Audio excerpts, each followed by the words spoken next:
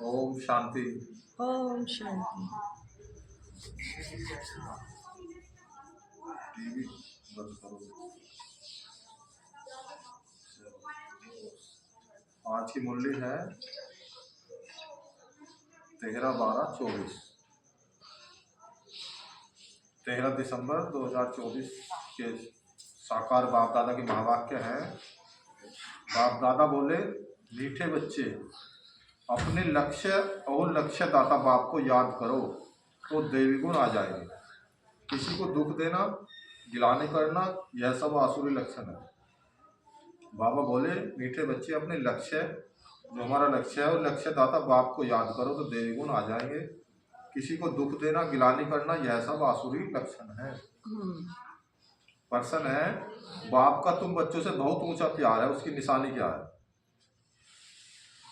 तो भगवान हमसे प्यार करते हैं, उसकी निशानी क्या है? रोज रोज आगे खुशी पूछा है थोड़ा। रोज इतने दूर परम धाम से पढ़ाने आते हैं। यही तो निशानियां हैं। योगेंद्र भाई जी, क्या निशानियां हैं? भगवान का बच्चों से प्यार है।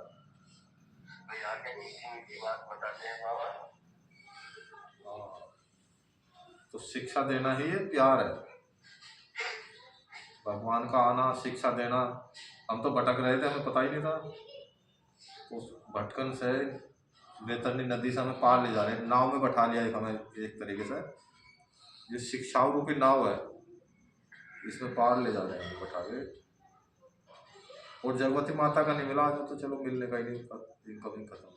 पर्सन और उत्तर है, बाप का प्यार क्या है? भगवान का प्यार, उसकी निशानी है। बाप कहते हैं, बाप की जो मीठी मीठी शिक्षाएं मिलती है, यह शिक्षाएं देना ही उनके ऊंचे प्यार की निशानी है। बाप की पहली शिक्षा है, पहली शिक्षा क्या है बाप की? मीठे बच्चे, श्रीमत के बगैर कोई उल्टा सुल्टा काम नहीं करना। अगर श्रीमत के बगैर कोई भी काम ना हो जाए, ये हमारी शिक्षा है श्री बाबा हमारे। तुम स्टूडेंट हो, तुम्हें अपने हाथ में कभी भी लो नहीं उठाना। हम विद्यार्थी हैं तो हमें क्या नियम नहीं उठाना कोई भी। जैसे दुनिया में भी कहते हैं ना कि भाई किसी ने किसी को मार दिया या कुछ भी झगड़ा हो गया, भाई एक तो बेसमझ था, बेवकूफ था, भाई तुम भी बेवकूफ बन गए, तो तुम तो एक तो समझदार बन जाता कोई सा। तो बाबा भी यही कह रहे हैं, भाई लो नहीं उठाना तुम्हें, तुम तो समझदार बनेंगे ना। लड़ना झगड़ना, किसी की गिलानी करना, ये सब लो तो उठाना है। तो बाबा देखो आगे जाके बताएंगे।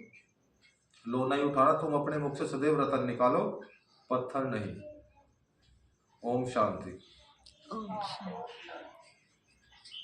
बाप बैठ बच्चों को समझाते हैं, अब इनको लक्ष्मी नारायण, बाबा कह रहे हैं अब इनको लक्ष्मी नारायण को अच्छी देखते हो।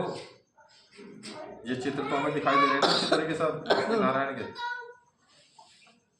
पहले तो हम पूजा करते थे इनकी, सोचते थे यही भगवान है, श्री कृष्ण भगवान है या लक्ष्मी नारायण भगवान है, राम भगवान है, कौन से भगवान है हमें नहीं पता था।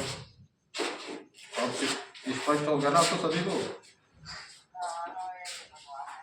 एक ही है ना। कहते तो थे कि एक ही है, लेकिन एक है कौन वो, उसका नहीं पता। अब वो स्पष्ट हो गया।